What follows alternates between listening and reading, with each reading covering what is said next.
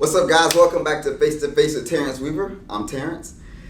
I'm super excited about this series that we've been talking about. It's a series of love, and this segment right here is going to be labeled as Discovering Love. And the reason I label it as Discovering Love is simply because I met this amazing person while they were in middle school, probably around the age of 14, and they were going through life. They're trying to find out who they were. They were discovering themselves. They were discovering what life really meant. And they're having a hard time of discovering themselves during that period of time. This story is not in my book, Face to Face Where Life Meets Reality, but this is a story of someone in Chicago who are going through struggles, the same kind of struggles, maybe in a different manner than I was going through in life at that age around 14. So I thought it was very relevant to bring to you guys today. But the person that I'm talking about has an amazing spirit. I actually met her in school. I used to come to Chicago and volunteer when I first got here, as I was trying to figure out who I was in my self-discovery mode. And as I was going throughout the schools, there was a lot of the kids there that was having a hard time with life.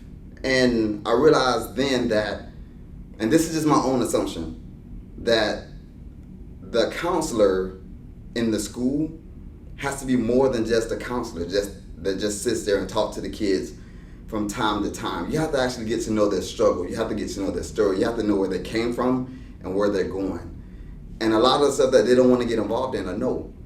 But as we go into this story, I want you guys to understand. I want you guys to feel. I want you to see who Alex is. And Alex is an amazing person. I've known her now for over 7 years. So we're going to welcome Alex to the set. No words. No. So Alex is an amazing person. So who is Alex? Can you tell me who Alex is so the world will know who you are? Now, who is Alex? Well, now, Alex is Lex. I rarely use Alex anymore. Okay.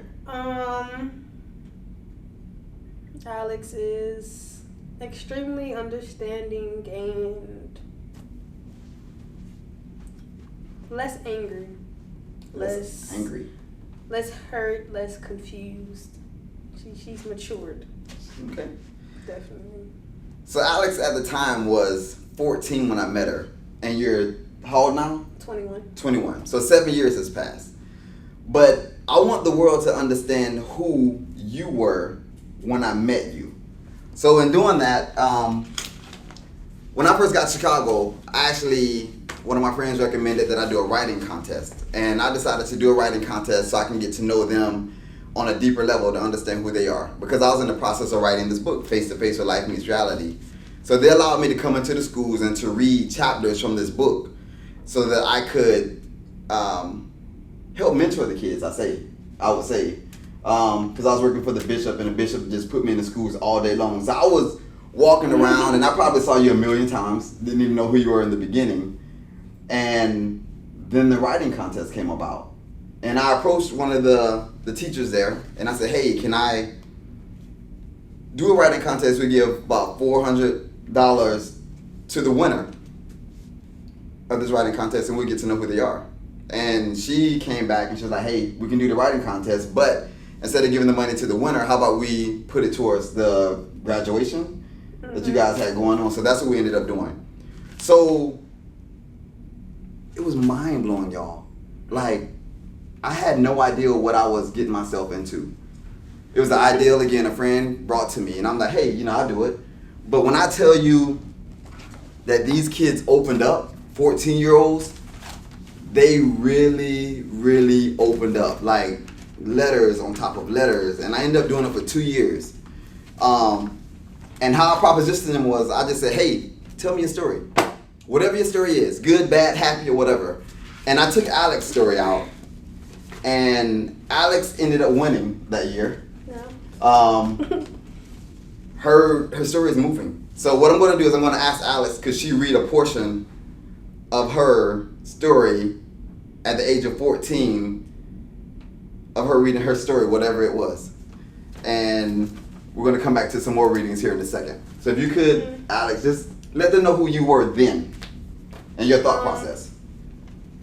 But you have to read louder so they can hear you whenever you start. Okay. It says, people every day tell me that you live to die in this world. I feel like I live and die at the same time. Life has never been worth living to me. Since the age of 6, my life has been nothing but bad. Whew. I hide my emotions because it's hard to let people know what you have been through. Knowing that you can't find the courage to tell your family is even worse. I have been through so much stuff that no one would even think of. I'm a broken piece of glass laying in the mud on a rainy day. People can't imagine the pain I have inside, the things from my past that are still affecting me every day. I have trust issues, I get flashbacks, and I'm scared to let people close to me all because of what I've been through and what is bringing out in my emotions lately. Wow. That is a mouthful. The amazing thing about Alex is she's been through a lot. She's endured a lot. She's overcome a lot. I can remember this one time walking in the hallways, transitioning from class to class, and I passed the girls' bathroom, and I can just hear somebody weeping and crying in there, and I'm like, who's in there? And one of her friends at the time, Safari, yelled out, "Mr. Terrence, is that you?" And I'm like, "Yeah, it is." I said, "Is that Alex crying?" And she's like, "Yeah, it is Alex." And Alex would not come out of the bathroom, nor did I go in. But she just sat there just bawling and crying, and I had no idea what she was going through. And it just tore my heart up.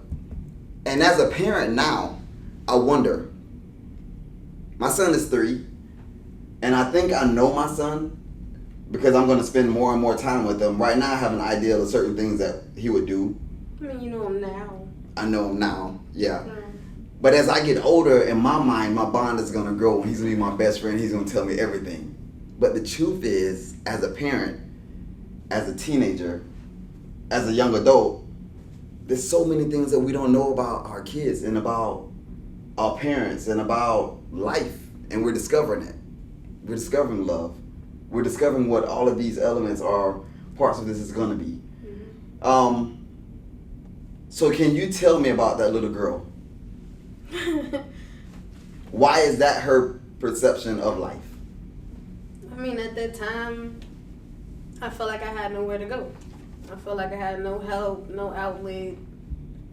I felt like I was dying and living at the same time. Like, I don't know. It was like every day it was something in my head, or that would happen, or that someone would come to me with, and it's just like, I'm sitting here being everybody's Dr. Phil, but where's mine?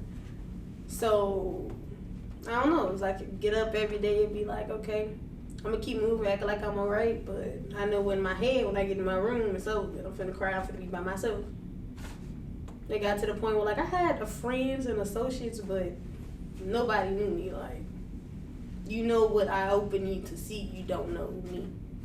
That's why when people say that nowadays, I'm just like, okay, you know of me, but you don't know me.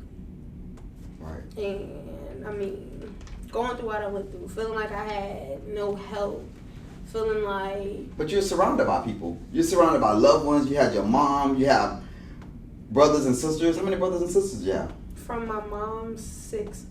There's 7 of us. Okay, so 7 of y'all. And you're surrounded by people all the time. But yet you felt like you had nobody?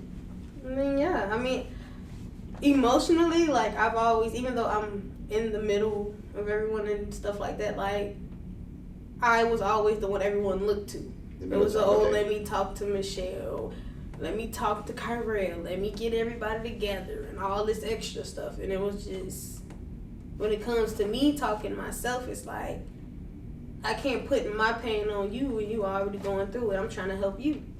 So I got to that mindset, and I stayed that way for a long time. Like, I'm just now getting to a place where I'm like, you don't have to help everyone without helping you. Okay. So you were suffering silently. And yeah. nobody really knew.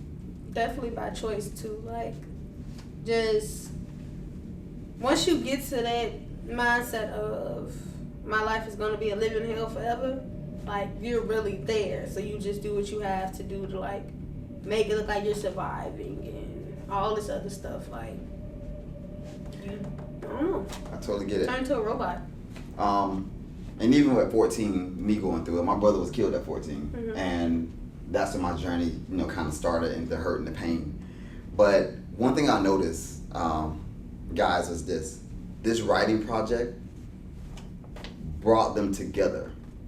So there was an incident that happened a year after your writing group,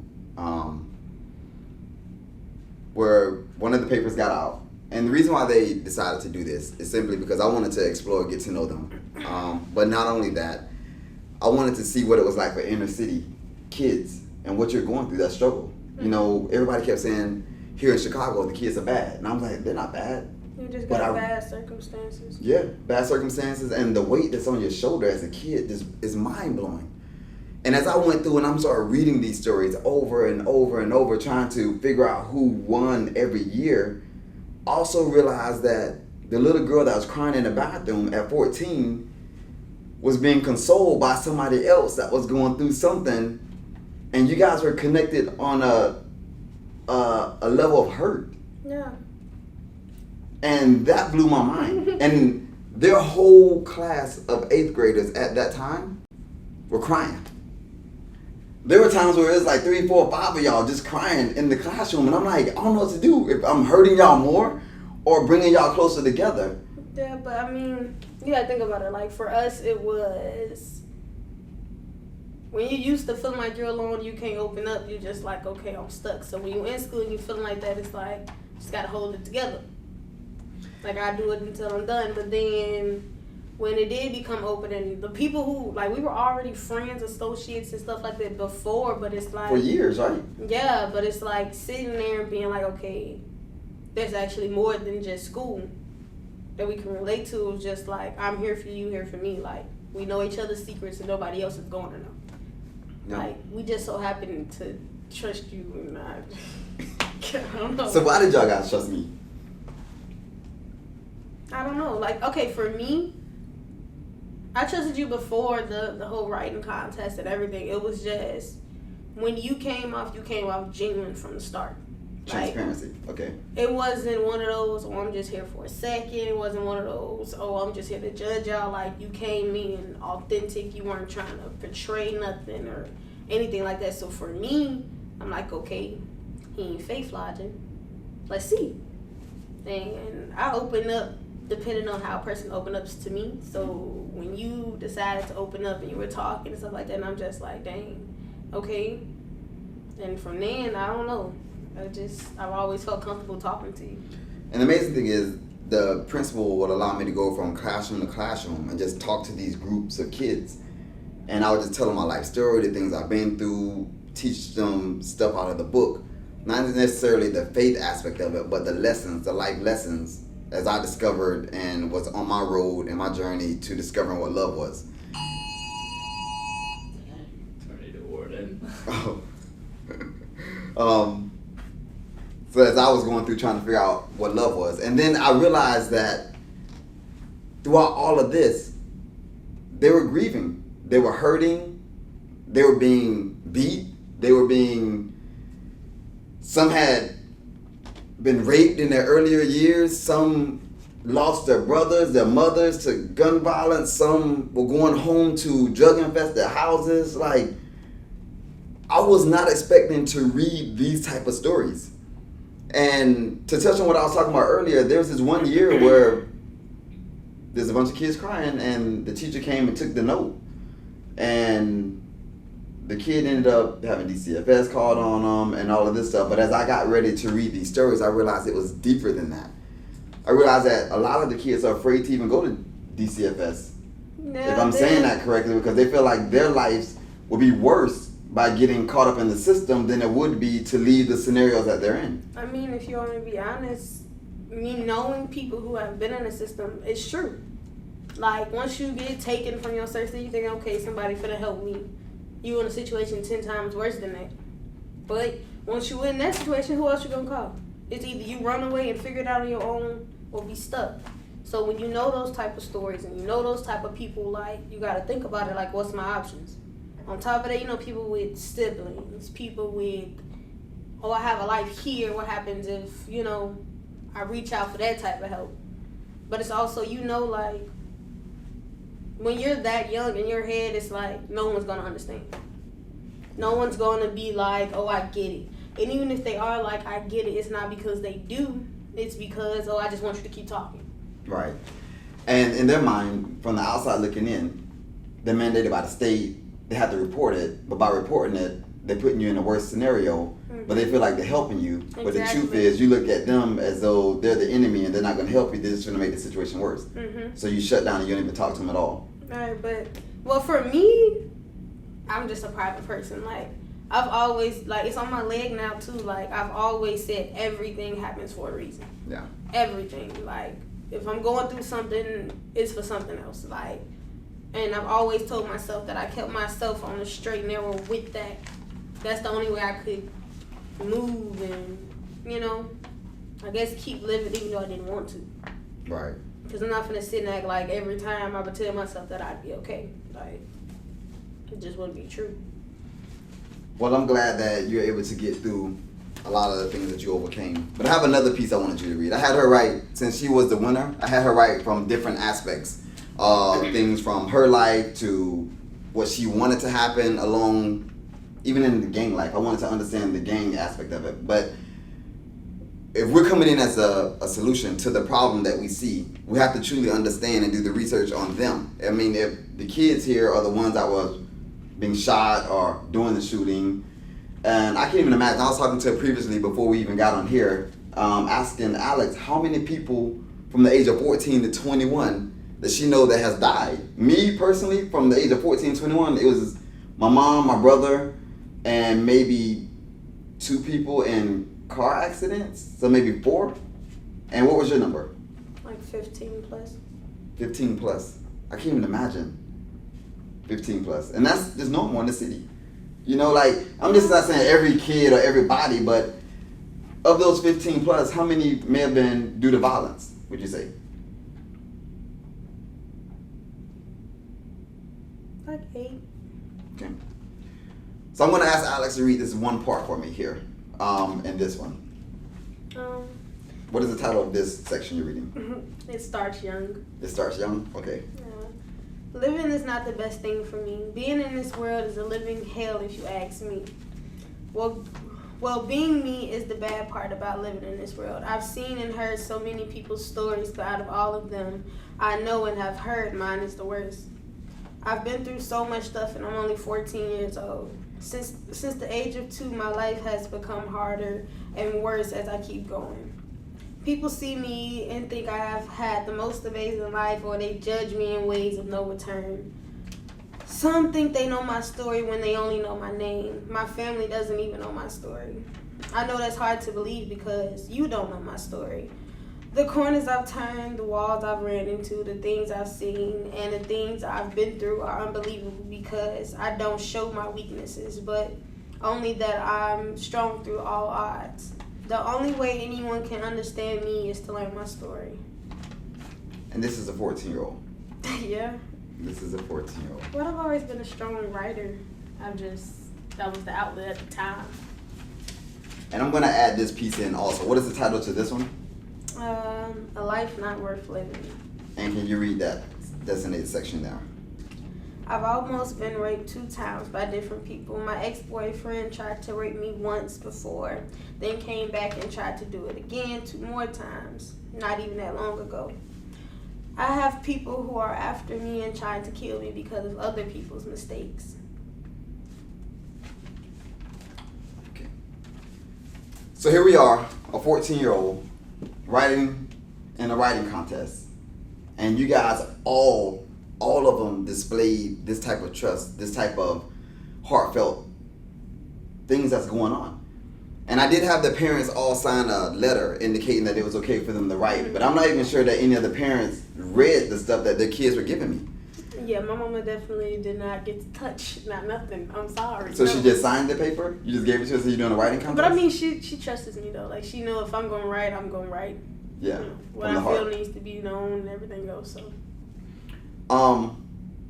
So we're going to talk on a couple of different subjects here really quick. So again, I'm walking by the bathroom. I hear you guys crying. You're in there crying. You come out eventually, and you guys start telling your story to me. But beyond that, you have a whole group of 8th graders sitting around crying and talking. And in my mind, I wanted to know your story. And eventually, one of the kids the year after you got their letter taken. DCFS called. They got taken from their parents due to some of the stuff that was in the letter, which I never even got to read. Mm-hmm. But they came and they asked me for the stories of the kids. And I'm like, yo, I'm not going to give you guys the stories of the kids. I'm just doing a writing project. And I promised them that I would keep whatever I have unless they're currently going through it private. So with the process of keeping this private, I was like, yo, I'm not going to disclose any of this information unless I talk to you first. Mm-hmm. But I realized later that Alex ended up being raped. And Alex told me this one night at the camp. She actually went to a camp with me, a Christian camp, for about a week. And then we came back from camp. And she ended up sitting down in the car and she's like, before you get out, Mr. Terrence, I need to tell you something. And again, Alex read something to you earlier, said that she go through battles and face hardship that not even her family knows. Not even her mother knows. Not even her brothers and sisters knows. But she decided to tell me due to the transparency and the relationship that we had built. A lot of the kids are that way.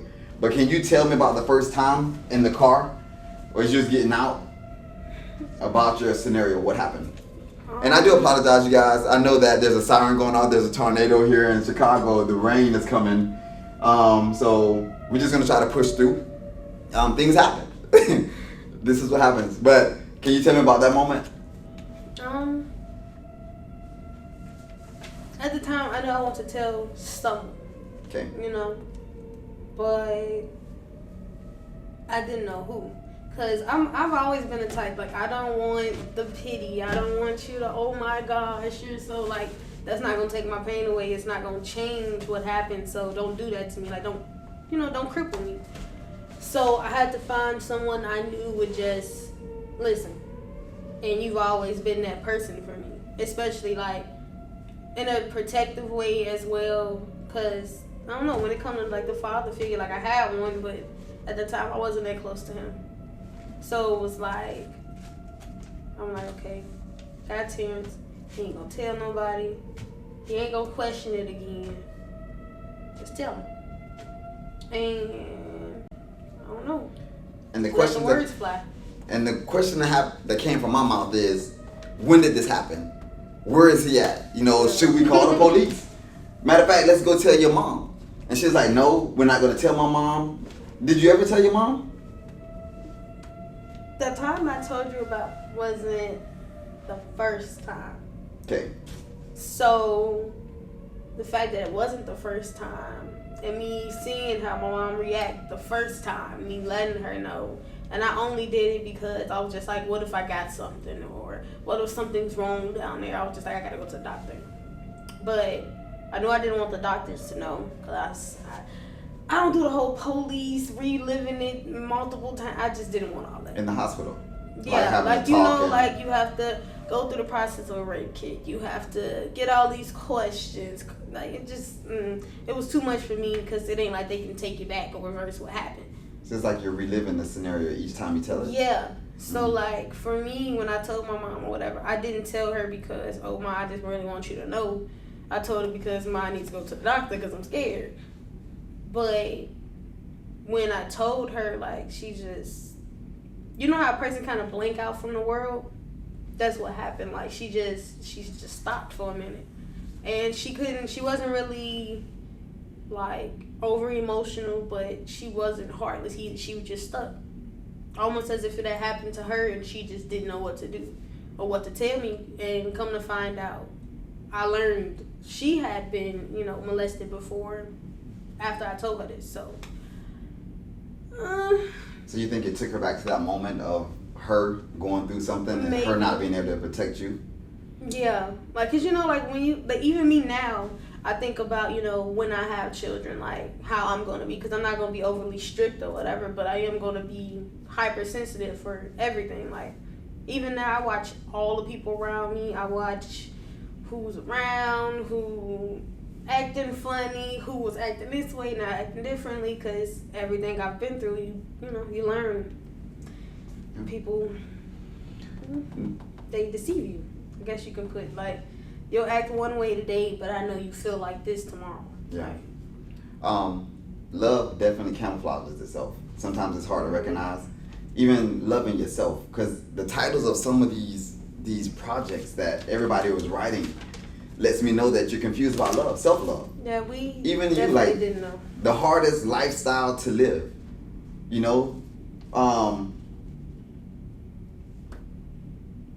just talking about, gangs and the things that they've been through. And even as your mom, even your mom had been molested, you were raped, y'all connected on a commonality that was hurt, pain, and she had to console you through love by just kind of being there, but she didn't know how to. Mm-hmm. So did that affect you telling her things later? By seeing her stuck, as you say? It's part of what kept me from telling her. Like, I've always been private, so I just don't tell people my business, but also, like, that's my baby, that's my everything. Like, seeing her hurt because of me being hurt, and I'm just like, I can't do that to her again. Like, I can't watch her hurt like that. Like, I'd rather me just burn my own pain than to put it on her and watch it kill her also. Like, I just couldn't do it. So, instead of telling your mom, you rather tell somebody else because you don't want her to hurt, you rather protect her. Yeah, So you rather take it on your shoulders and hold it in. It wasn't even me just wanting to tell someone else. Like, even when I told you stuff, it wasn't just because I'm like, oh, I want to tell him. It was just those moments. Those moments where, like, I can't deal with it no more. Like, I can't hold it no more. No. Different things with different situations, though. So, Alex is the valedictorian of the class when she graduated from the 8th grade. Phenomenal writer. Went through so much. But also, surviving in those conditions, Mm-hmm. you had to adapt. So this is one section I want her to read, again, from the page that she wrote, I Will Make It. She read it a little bit earlier, how people every day tell me that I live to die in this world, but I feel like I live to die at the same time. So this same section that she read, I want her to read this other part. And we're going to read it.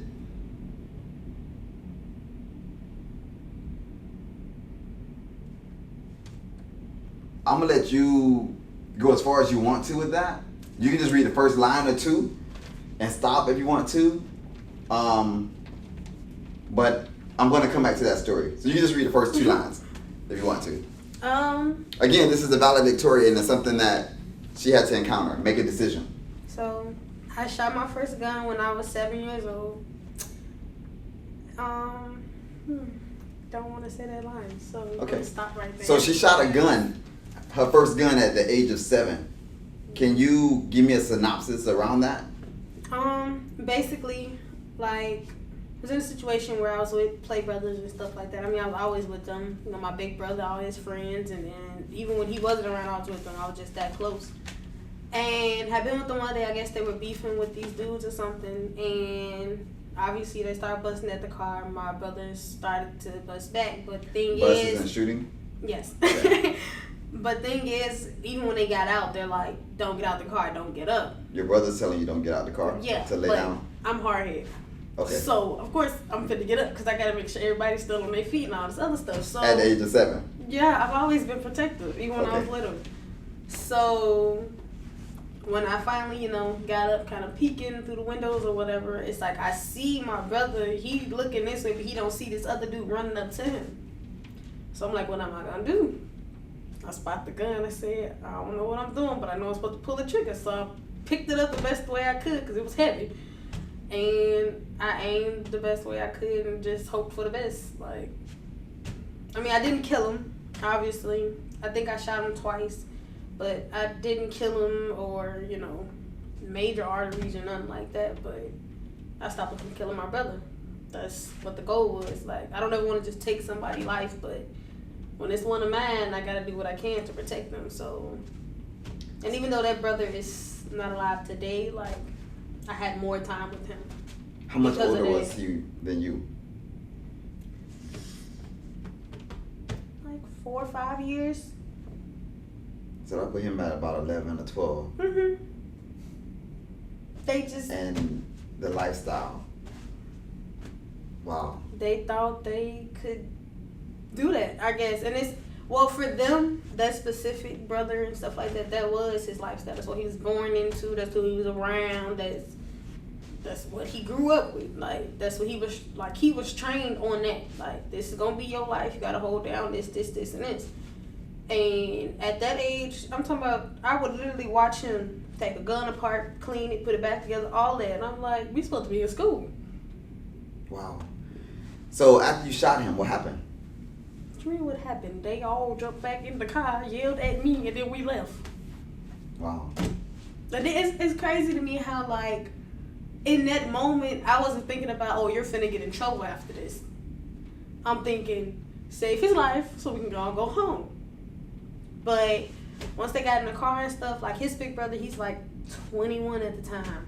He's, Alex, you know you weren't supposed to, and what if your people find out that I was in the car with y'all? Like, what was I supposed to do? Had you not, then he probably wouldn't be here. Exactly. So at that time, I didn't understand why I was in trouble. I didn't understand what was going on. But like now, I'm like, okay, what if you was the one that got shot? Then it'll be on them.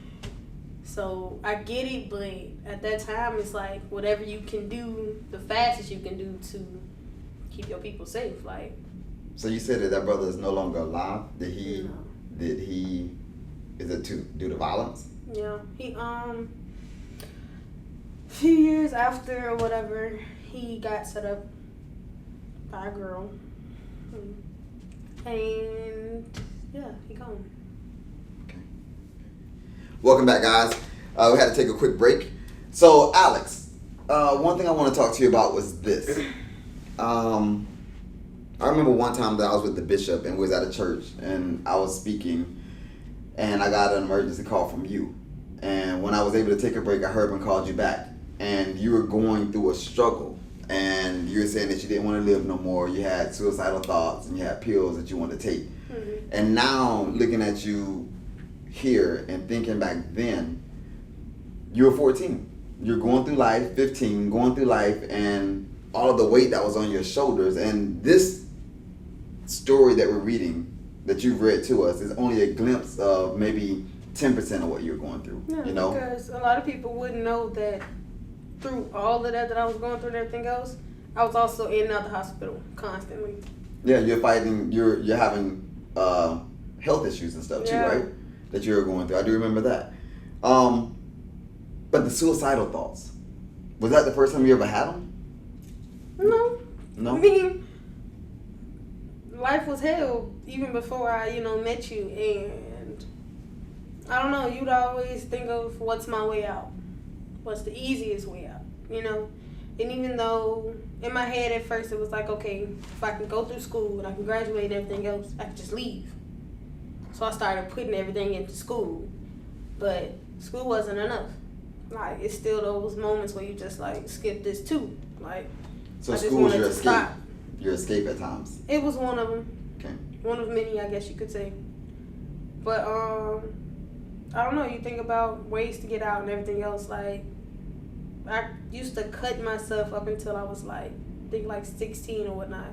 But y'all would never know because I don't know how I was so just smart but slow at the same time. Because like, how do you want to cut yourself? But how deep to go, how quick it's going, heal and everything else. And it's just like, me thinking now, I'm like, why? But at the time, it's just like, you want that temporary, let it go. But then you feel like, what else can I do? It's interesting. In one of the stories, the other letters, they talk about that, about cutting themselves and how they felt like they had so much pain on the inside that when they cut their arm, it feels like it's alleviating the pain to allow it to come out and you see the blood. It's that one moment of relief. It's not even real relief. It's just your pain's focused on something else. Yeah. But I definitely remember that night you called me as getting ready to take pills, and I literally left church, went outside in the parking lot, and I just talked you through it. And I'm like, that's crazy how, in my mind at that time, God works. You know, here it is a year after meeting you, and you're getting ready to kill yourself. You wasn't even the second or the third person that month that called me. Mm-hmm. Not even like kids, but like adults and just different aspects of life. They're just calling me saying that they wanted to commit suicide. So I thought it was really weird that you called me to tell me that. And as I talked you down, I just heard the hurt and the pain that you were going through at that time. And I just wanted you to know that you can make it through it. And most people don't realize that.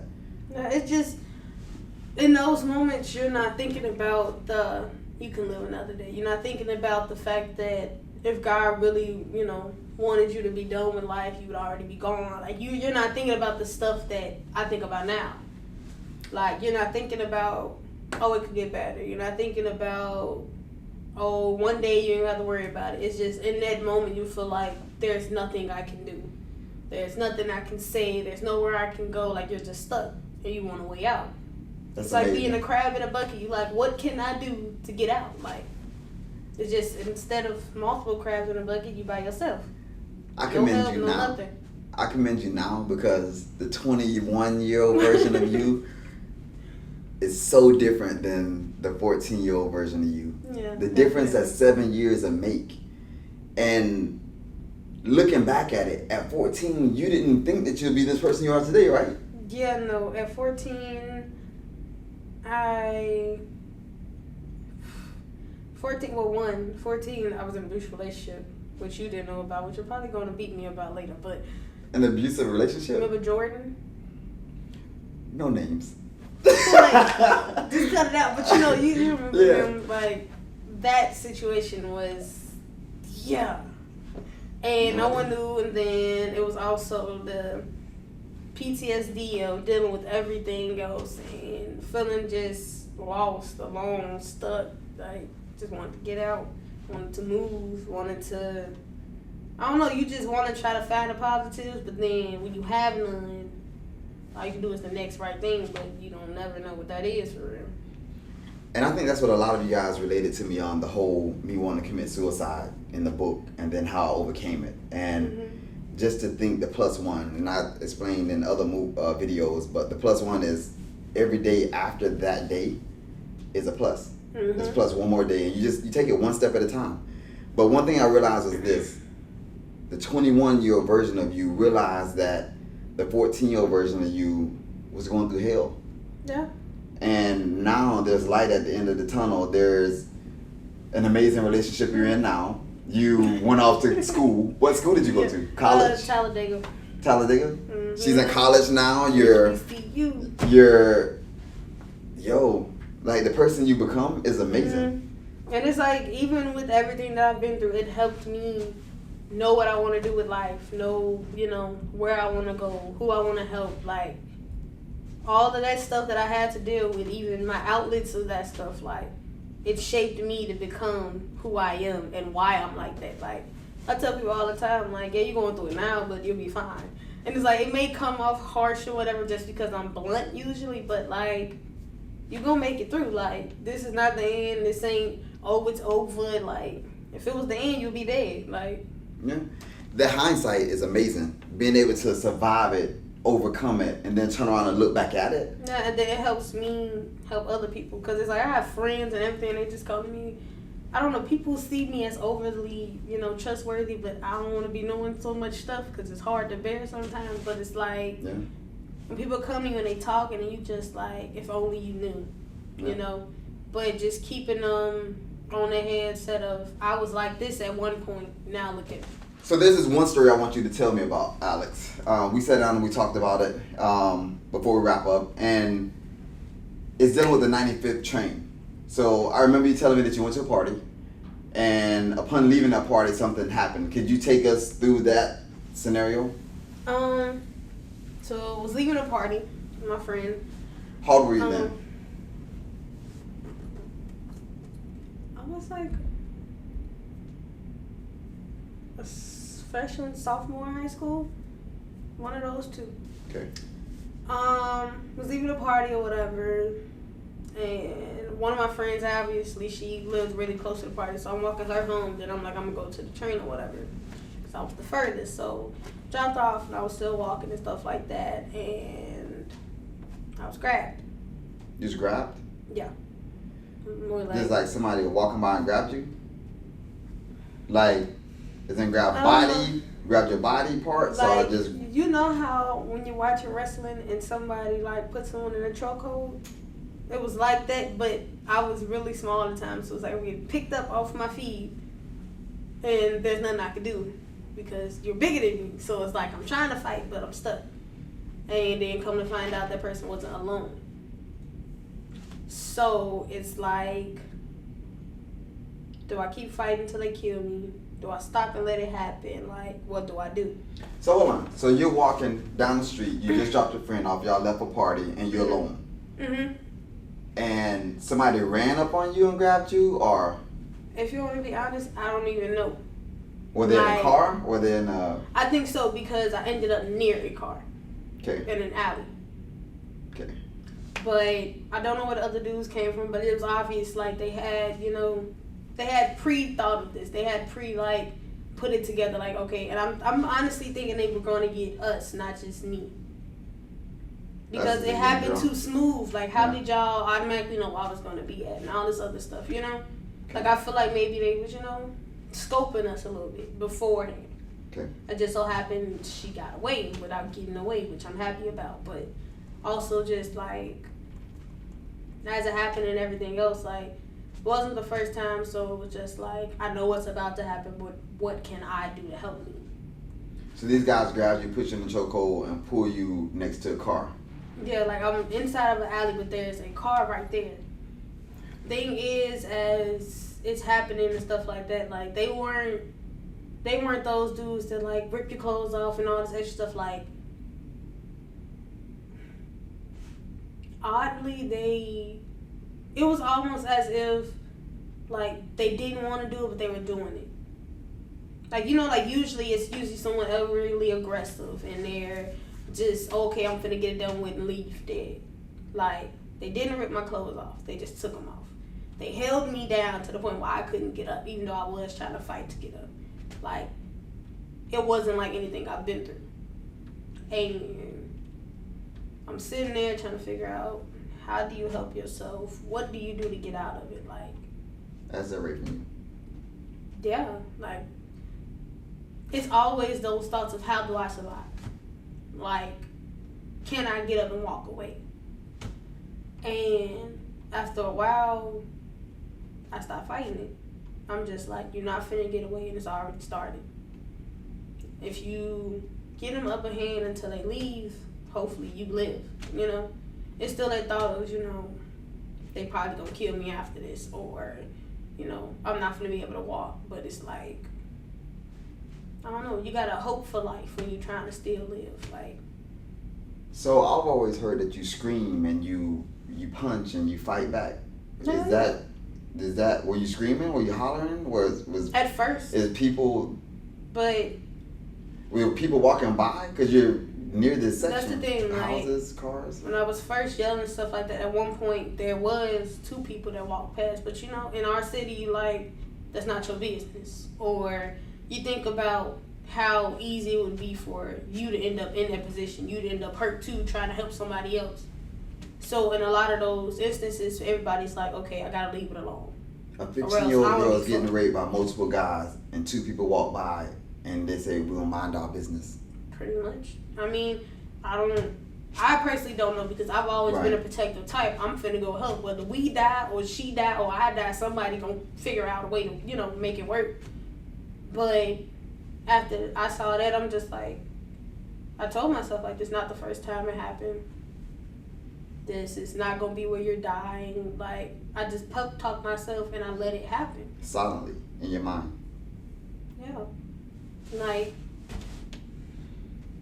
I couldn't, even though I wanted to, like, keep physically fighting and stuff like that, I wasn't getting nowhere. Yeah. I wasn't coming any closer to being safe, and it was already happening. Like, the one thing I'm trying to prevent is already happening. So now I got to think about how I'm going to figure out a way to get up and walk away. So I thought the only thing I could do was let it happen and then hope that they let you live. Like, those are my options, so that's what I did. And then when I finally did, feel like they were gone, and I just sat there. How Still long in did that you sit same there? moment. I think I said maybe 30, 40 minutes, and I was just stuck. Because it's like, when that happens, you don't realize that happened. Like, you know it happened, but you don't realize it happened. So, how far did you have to eventually get up and go to the train? And then what happened? So, also, you said multiple guys. We're going to say more than two, but 3, 4, maybe It was 4. 4? And It was. was it just one of them that did it and the rest of them held them down? Or, and I know that these are hard questions, but Yeah, I know. I'm trying. I really am, because I know if I start crying, you will not be able to understand me. But 2 of them remained holding me down the whole time, but there was also 2 that would alternate holding me, and So I'd say 2, but in my head they all did it because they all did it. yeah.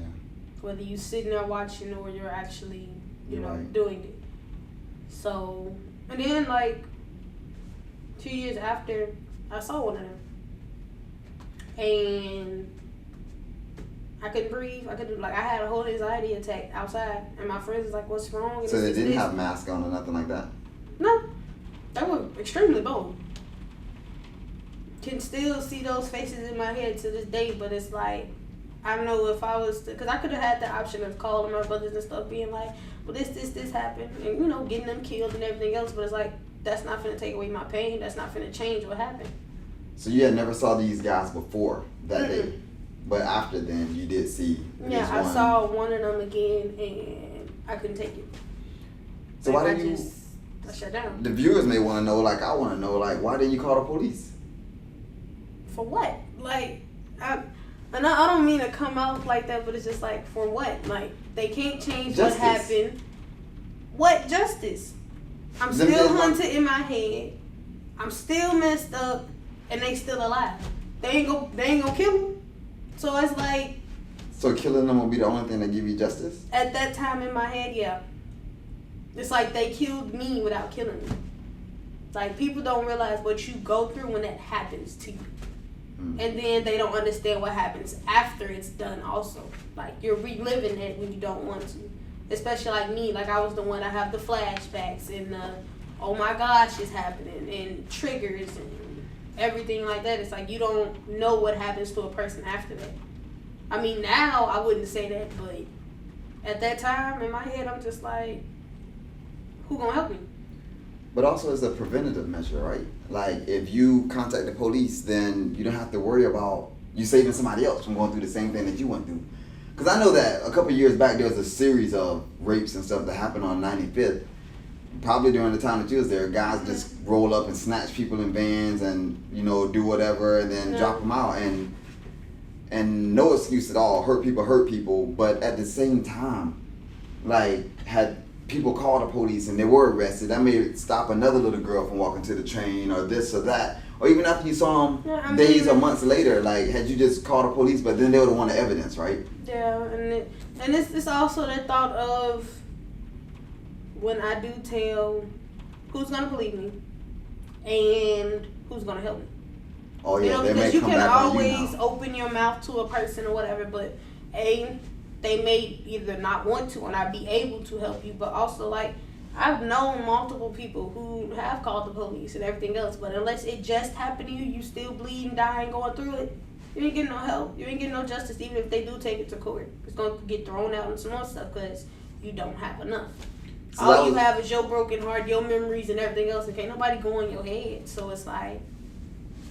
So that's you at 15, your thought process, but that's also Yeah. your philosophy now at 21. No, I feel like if things are changed now, then more than likely people would open their mouth more. But people always wonder why you don't say nothing and stuff like that, but they don't think about that actual why. They just want to know, why you ain't do it, but do you really want to know why? So it's like, now in my head, I don't really think about, the police and what they can do.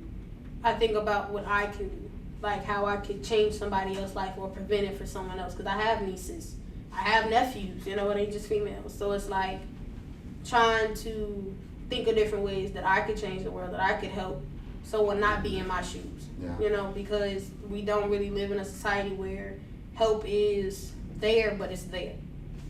Yeah. So, just to go back, you get up, you go get on the train, Eventually, yeah. you ride the train to your stop, get off the train, walk to your house, and then you open the door and go in. Is your mom home? Mhm. Did you tell her? Mhm. You didn't tell her? No. You walked right past her? Yep. I told her, Mom, I'm home. You know how you get there, I'm coming in the house, if I tell you I'm home, then I go in my room? Take one of those. But I've always been the you was just closed raped one. and you was just You gotta put held on that down mask. and you just gotta put on the persona, because regardless of anything, I knew when I walked in that house, my brothers and sisters was gonna look at me. My mom was gonna look at me. so you're I gotta protected be now. strong for everybody. So that means when stuff happen to me, I just gotta breathe through it and get through it later. Like, you just gotta. It's kind of like you're masking your situation until you're alone. Because once I hit my room and stuff, like, you know, you get ready, get in the shower and stuff. When I'm in that shower, it's like, it's almost as if you can't get clean no matter how much you scrubbing yourself. That's what that feels like. Like, you don't know what to do, but it's not that you're not clean or anything like that. It's that you can feel that still happening. So it's like, for me, it was just like crying in my room, hitting my music, writing. You know, at that time, that's what you had to do. I'm sorry, guys. I'm blown away. My face, I know, is like I'm stuck, because as a parent now, having my son that's 3, it blows my mind. Like, and if I had a daughter, you know, and I can't even imagine your mom sitting there and you're like, "Hey, Mom, I'm home," and she looking up like, "Hey," and not being able to notice your walk is different, that your mood is different. To say, "Yo, like, did this happen?" You know what I mean? Like, we want to be the superheroes and to be able to save you and stop all of this stuff, but yet you can't save somebody from life, you know. but yet you want to protect and save the parent because you don't want that burden to be on them. We hurt just as much as y'all hurt. When y'all, like, as a child, when you see your parent hurting, it breaks your heart. Just like when y'all see us hurting, it breaks our heart, because it's just like, this is my everything right here, and they're crushed. What can I do? So what can we do as parents to bridge that? Is there anything? It's, for me, I've just always been the closed off person. Like, I've just been really just to myself. But over the years, I've learned, you know, say something, because you never know. You know, it's one of those, you know, take a risk. Whether you know, get the outcome you want or not, you took that risk. I do want to touch on this. Over the years, reading, doing the contests in different places, different schools, talking to random kids, I realized that as a parent, we want to fix things. We want to be the answers to problems. And I remember one scenario where this person, this girl, was violated by somebody when she was younger, and she wouldn't tell her dad because she said that my dad's gonna kill him, and she don't want her dad to go away. She'd rather her dad live, and it was somebody really close to her dad. And I had to start. It's harder in those situations when it's someone close, you know. Also, like, not only for the aspect of, oh, I trusted them. Like, when I was raped the first time, it was somebody who watched me grow up. Like, person close to me. Like, you know, you don't expect that from those people until it happens. Then you like, what I do? Like, You thought it was that something you did. Yeah, like, it's just like you're confused because you're like, how this happened? How is it you? You know, it's those people you don't think about, you know, harming you that harm you the most. Wow. If I can do this, in wrapping up, to the parents out there, I would say get to know your kid. Not even just get to know them, but observe, listen, because it's not that, most of the time we don't talk because of the reaction we will get. A lot of parents, oh, well, because I'm going to kill him and this, and you don't realize the damage is already done. All you can do is comfort and help heal the damage. But a parent's first reaction is, I want to go back to the problem, and I want to, right. You know, but it's like, that doesn't change what the problem, you know, caused. Help me now. Listen to me now. Because usually we don't want answers and stuff like that. We just want safety. We want to feel comfortable. We want to feel alive, even though we feel, you know, hurt. And let me translate this to men, to the fathers. If your daughter was just raped, have caution in going in to hug them. Yeah. You don't do that. Because a man violated them. They don't want necessarily a man to come hug them at that moment. Maybe the mom has to, if they open up, or maybe you don't want to be touched at all. You know, maybe you just want to be left alone or sitting there in silence. It depends on the level of trust and how, you know, that person feels. Because, like, I know now, like, if I would have walked in the house and one of my other brothers was right there, I wouldn't be able to just hold it together and act like I'm okay. With certain people, you can't just fake it, you know? They see it. They see you. Like, my boyfriend now, like, I'm talking about, barely told him anything about me and everything else. He read me like a book. They see just you. meeting me, just being my friend, he's just like, well, dang, like you sure? And it's just like, you never know.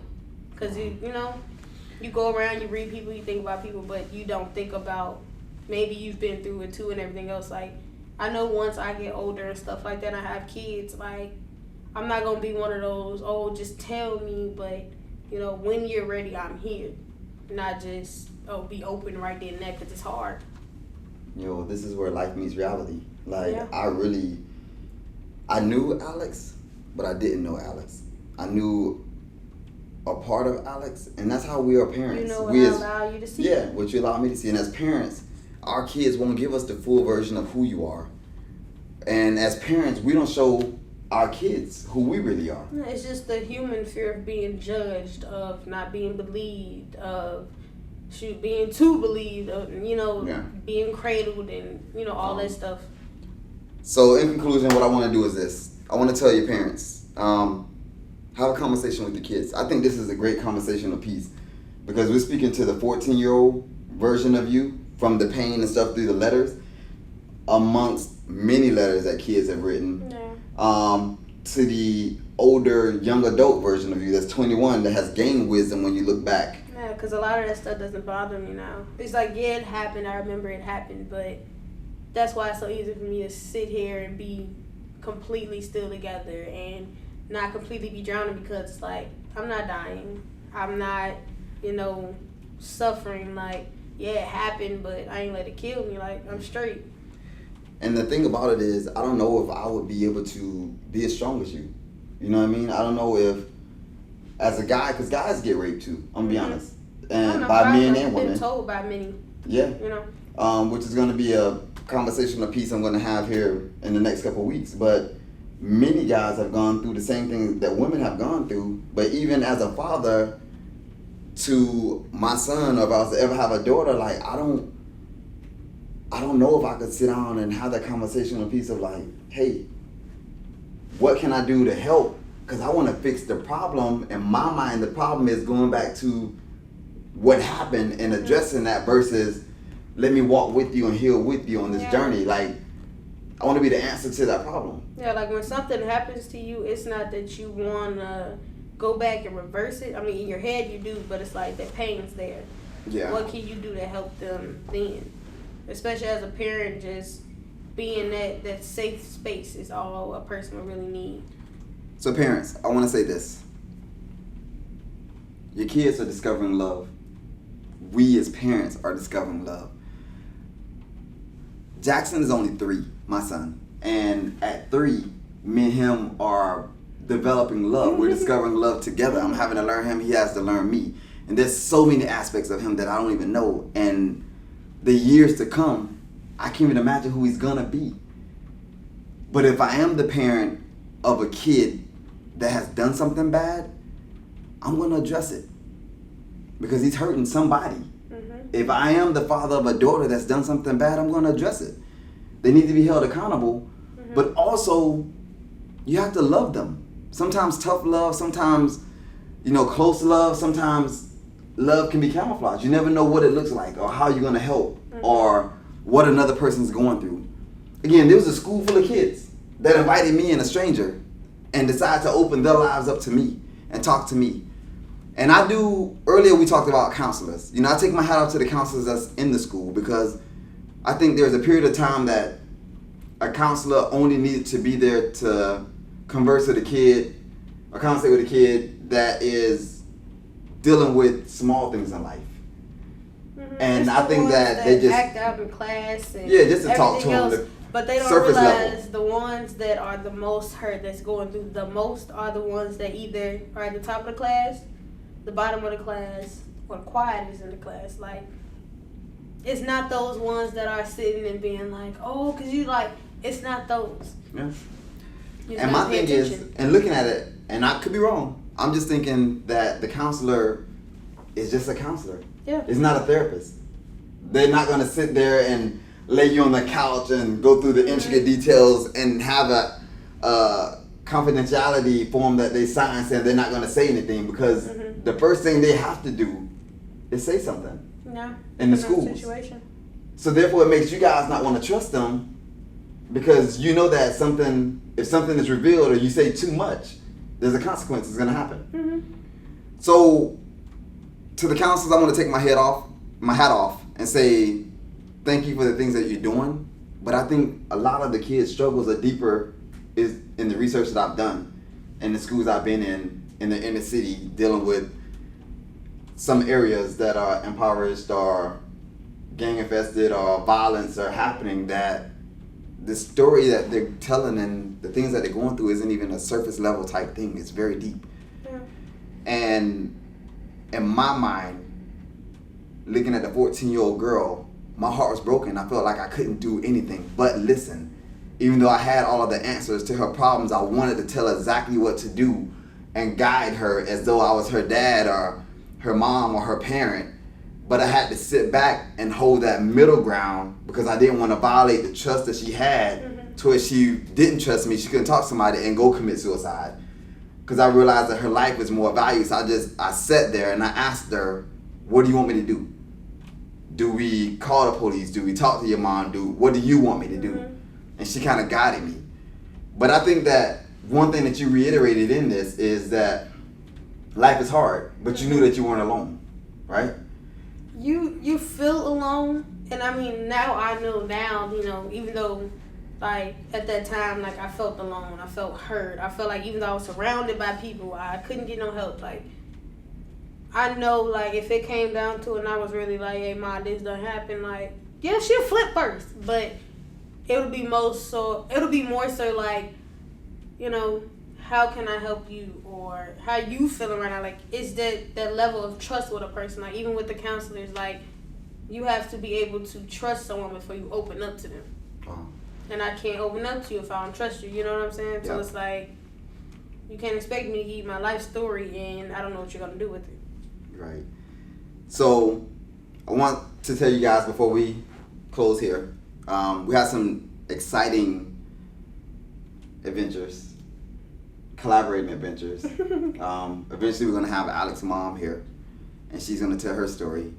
But not only that, we're going to have Alex and her mom here to come back and talk about things that they don't know. There's things about your mom that you don't know. And there's things about you that your mom don't know. And you guys are going to talk about it for the first time on here. And I think that's very important as a parent, that, you know, you need to sit down and have these conversations. And it's weird, like, we both, like, we've said this to each other, like, it's stuff we just don't know. But we're comfortable with that, because it's like, we still, like, me and my mom still close, it's just certain things we just don't talk about. And your mom's, would you say that your mom thinks she's your best friend? When we, like, okay, let's say, like, doctor's appointments, stuff like that, you know how they all let me talk to them outside? I'm like, I'm just going to tell her what y'all say anyway. So, you know, just it's let her just come one of in. those, but Yeah. when it comes to stuff like mentally that's hurt me and little stuff like that, like, I haven't always opened up, so it's like, You gotta protect her. she, in her head, she probably knows most of it, but she really doesn't know how little she knows. Right. So while it's gonna be some amazing conversation, you know, pieces that's gonna come from this, and it's mind blowing. I want to thank Alex for coming here today and open up her heart. Is there anything that you want to say to a 14-year-old girl or younger, or a 7-year-old that is in some of the positions that you're in? Any type of advice that you want to give?